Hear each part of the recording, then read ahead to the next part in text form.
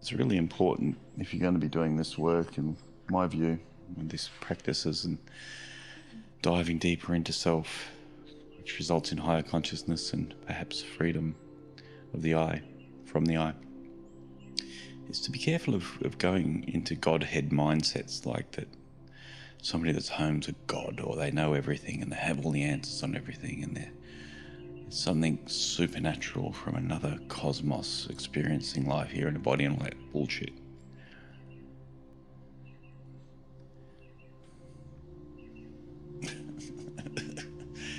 This is just exotica.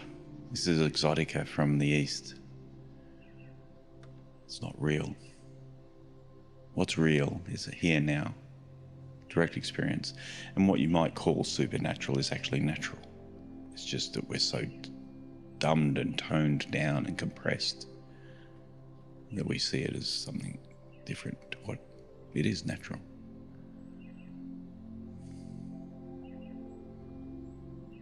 We're so contained. And we've got taught the containers, and they've penetrated into our system, our physical system, and they express. But then, because we're used to it, and we think it's an I, the key's on the inside. You're holding the key to the unlock. The lock's facing you.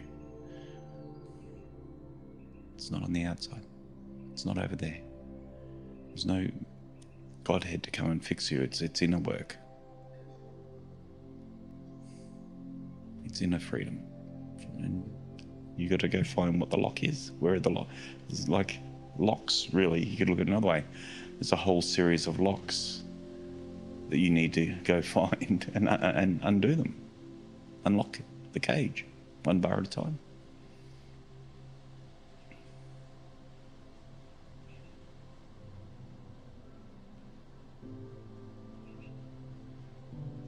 So a lot of people like to project that sort of thing onto it, and some teachers just relish in it, and they roll with it, and someone seems to enjoy it. But it's counterproductive, because now it's unattainable. Now it's unattainable. Now you've separated yourself from what you are in a different way.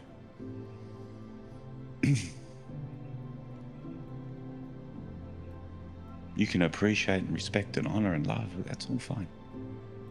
But and also along with the Godhead type stuff comes all these unrealistic, unreasonable expectations. That now you're trying to put the teacher, the guru, the speaker, the sharer, you in another box. Now you're trying to put them in a box. Now they are expected to be a certain way and behave a certain way and look a certain way from your impressions of what you think it is, which isn't it, because it's coming from your mind and your exotica and you're dreaming.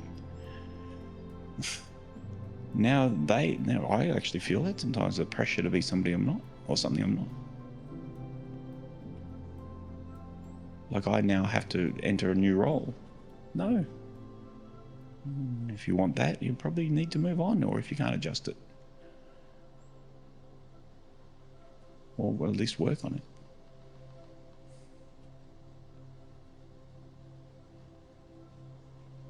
I'm not going to be your dream. You come and meet me in reality and in your dreams. Don't try and superimpose them onto me or anybody else, I would suggest.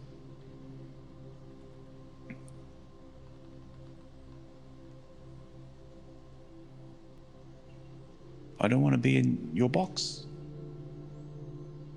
I won't be, I refuse. It's not going to happen.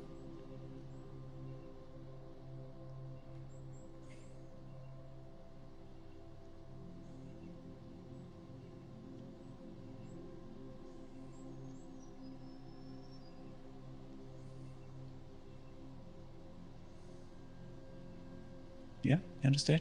Does it make sense what I'm saying? You just look for where you're dreaming about what I am and what this is. Look for it.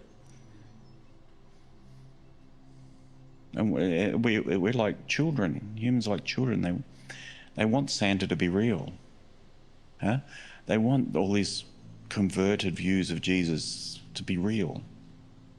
Whereas if you look at the Gospels, in every telling as time goes on, they get more and more fantastical. And that's what happens, isn't it? Things get more and more fantastical over time. It starts off with no resurrection. By the end of it, he's flying through the sky.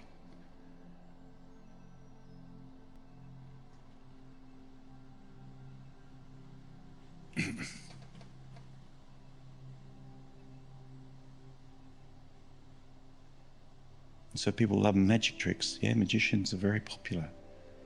People want supernatural. We want UFOs and benevolent aliens to come and help us out. We have all these fantastical dreaming that goes on from our childhood. We're dreamers. So I'm asking you to just go and examine all your dreams. Maturity, adulthood, man, woman, truth. From there, in presence, a doorway can appear.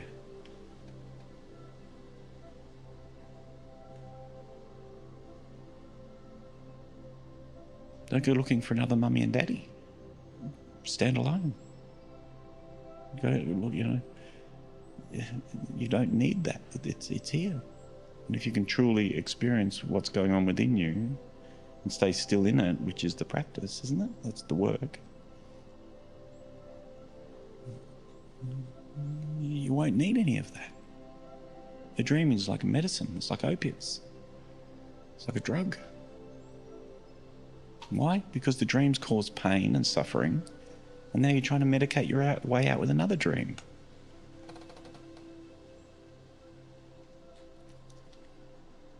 There's something there and there to save me. And the void, there's a great intelligence that we are. We can go and label that as a human type God if we want, but it doesn't. That's created. It's not like that. Why would it have 2 arms and 2 legs? You know what I mean? Like, well, why? That's dreaming.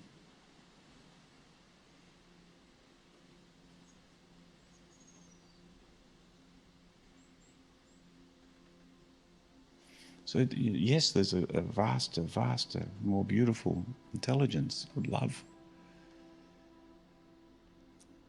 But that's if you go inside, that's where it is. You need to understand that and not dream your way out of the problem, which was a dream in the first place. End them both.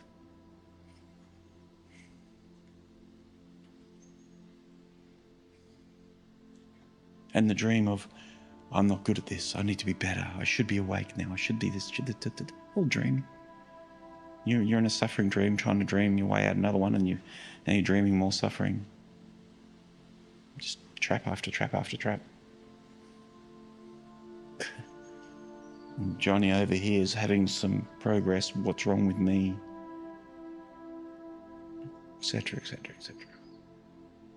Nothing, you don't exist, there's nothing wrong. Other than the imagination and what you've created, what your culture's impressed upon you. The cookie cutter it put you through. The factory it put you through.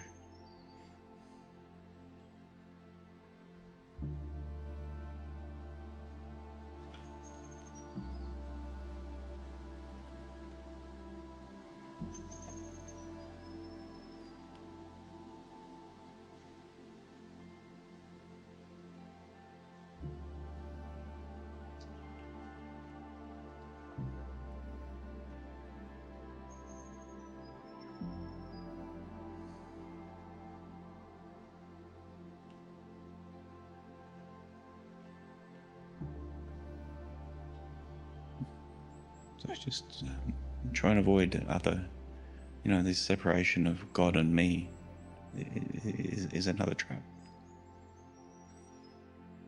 And when you do that to me or somebody else, you're entering a trap and you're trying to put me one in unconsciously. Trying to put me in one unconsciously.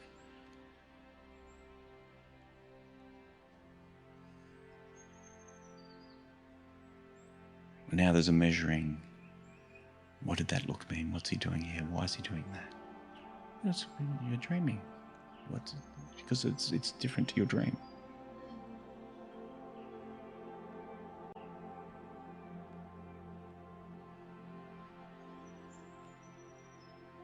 Because it's not your dream. It's not how it is. It's not what this is. From my experience, anyway. This experience.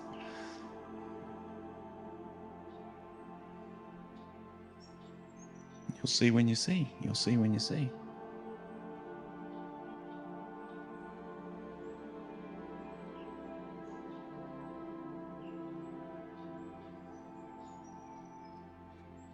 And you'll be going, oh, yeah, I get it. That's what it meant. Damn. I really was out there with this, wasn't I?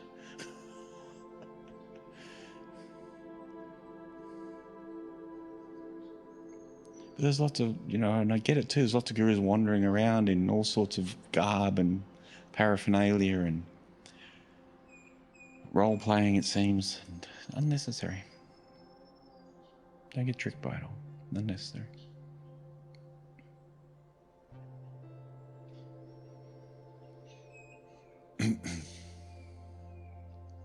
Painting themselves blue and things, all different things, different levels of it. It's like, this is like, it's actually a really good metaphor. The Arnold Schwarzenegger, right?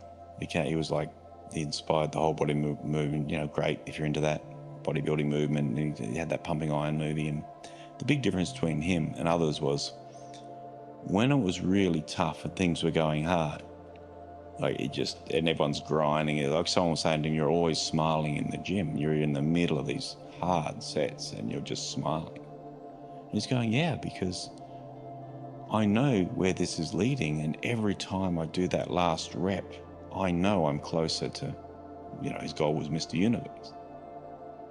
And I know that, and I know every one of these is what counts, and that makes me happy, and I've programmed myself that way. Whereas others are going, this is hell. It's just framing. So in this work, nobody can see the muscles though. Like you're building inner truth muscles and you're becoming like that, but it can't be seen. And by most people, it can't be smelled. Oblivious. Even monasteries, everywhere I go, they can't even smell.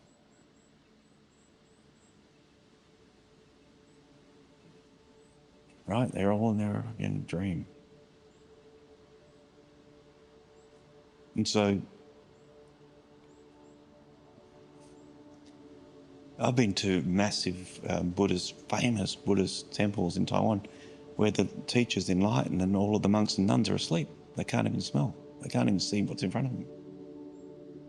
It's bizarre to me. It was a shocking adventure to watch the depth of all this. A little bit disheartening.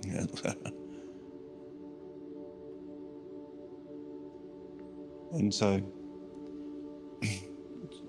it's the framing. That's what I was saying to you before. You're framing it a challenge or a slug uphill, or is it just an action towards freedom? And that's great news that you even know about it.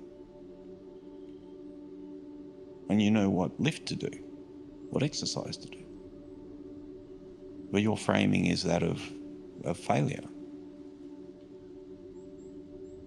I related to what Arnold was saying. That was like for me as a seeker. Yeah, well, what's next? Show me. I'll find a way to heal it if the teacher doesn't have something, but usually did. And I'll go do that now. And I won't do anything else.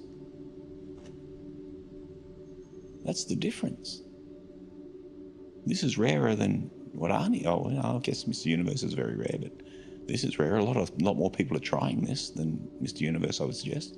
So this is probably rarer. So I get what he's saying. It made absolute sense to me.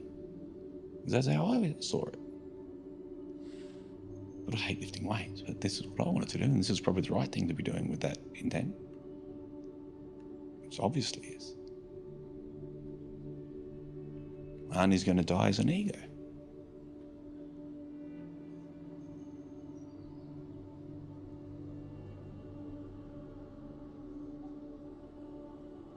So your framing's off. It's probably one of the bigger issues you got, and then the willingness is maybe not strong enough here. I'd check both of those.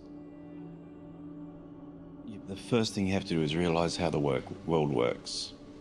And if you look at David Hawkins' work, who's done kinesiology on all these topics, is that 85% of the world is service to self. they're not interested in the actual. Occasionally they are, but overall, the overall aggregate averaging out is it's about me and my survival and what I get. And they usually put their hand on their heart over here somewhere because they don't know where it is. You watch politicians, they touch their heart over here. And then even people are politicians, right?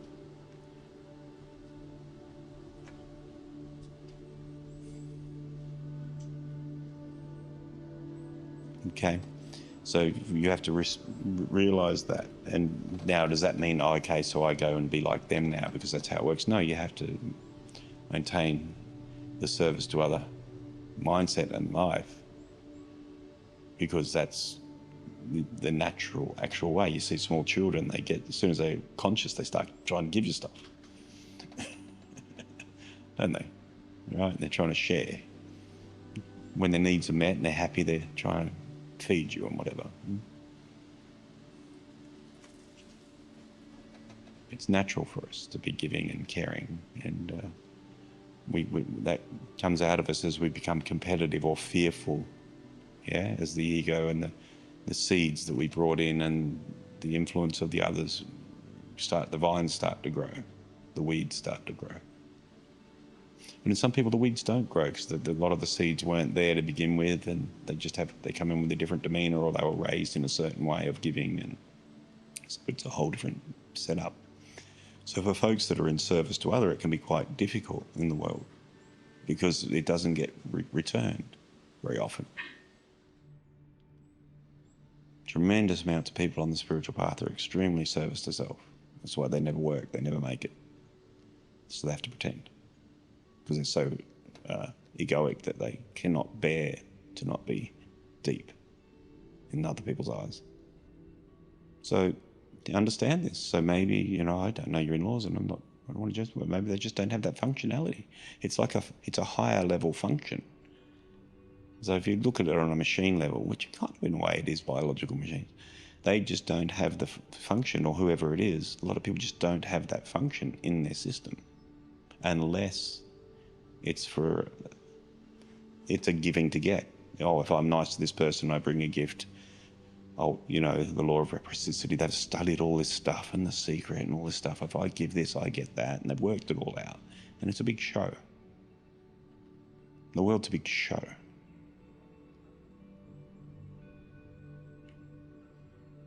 But if you're coming genuinely from your heart, they can be hurtful. But you have to also check, when I'm giving, am I just giving and that's done? That's what giving is. And if there's an expected return, well, now it's not quite giving, is it? It's something else. Now you're in business. Now you're a business person.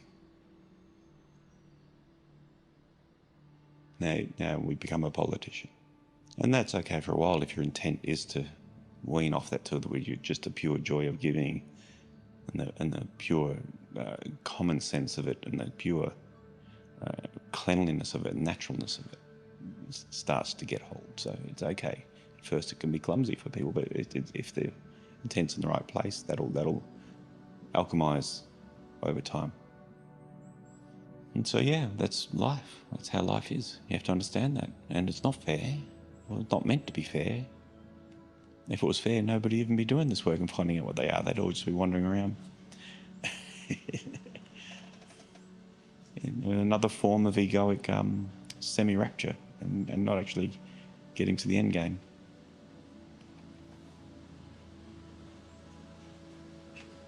Of seeing.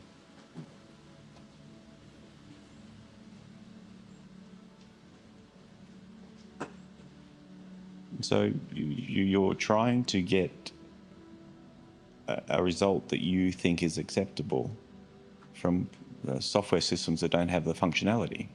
It's like asking your iPhone to be ChatGPT, like be the AI. It just doesn't have the functionality. But it may have functionality in other areas. It's just incredible that can't do. Some people are in service to self, build incredible things that we all use every day. So that actually lifts their merit a bit, just by making the world an easier place to be in, safer. So it all has its place. It's okay. But don't expect it to do what it can't do. And you'll be way happier. And watch out for where you're doing it. You'll be way happier. Yeah, just have the approach that before framing again, which is a bit of a thread today, is if you frame this as like, oh, I wrote a script before I came to Earth to heal all the hidden nuances that I suffered from in my past lives, and here they come. Great. What do I do? How do I use these? Thank you. Welcome, welcome. I would never have seen this otherwise.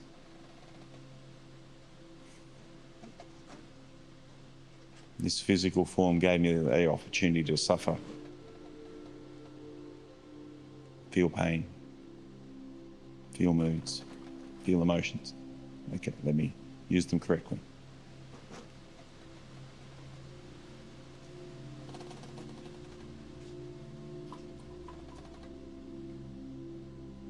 And yeah, there will be tears and sadness and anger and everything. That's okay.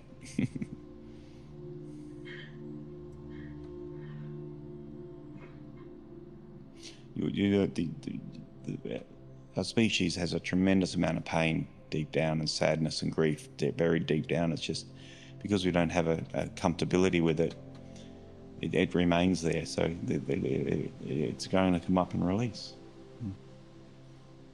And anyone saying they have any form of enlightenment without that of happening is delusional.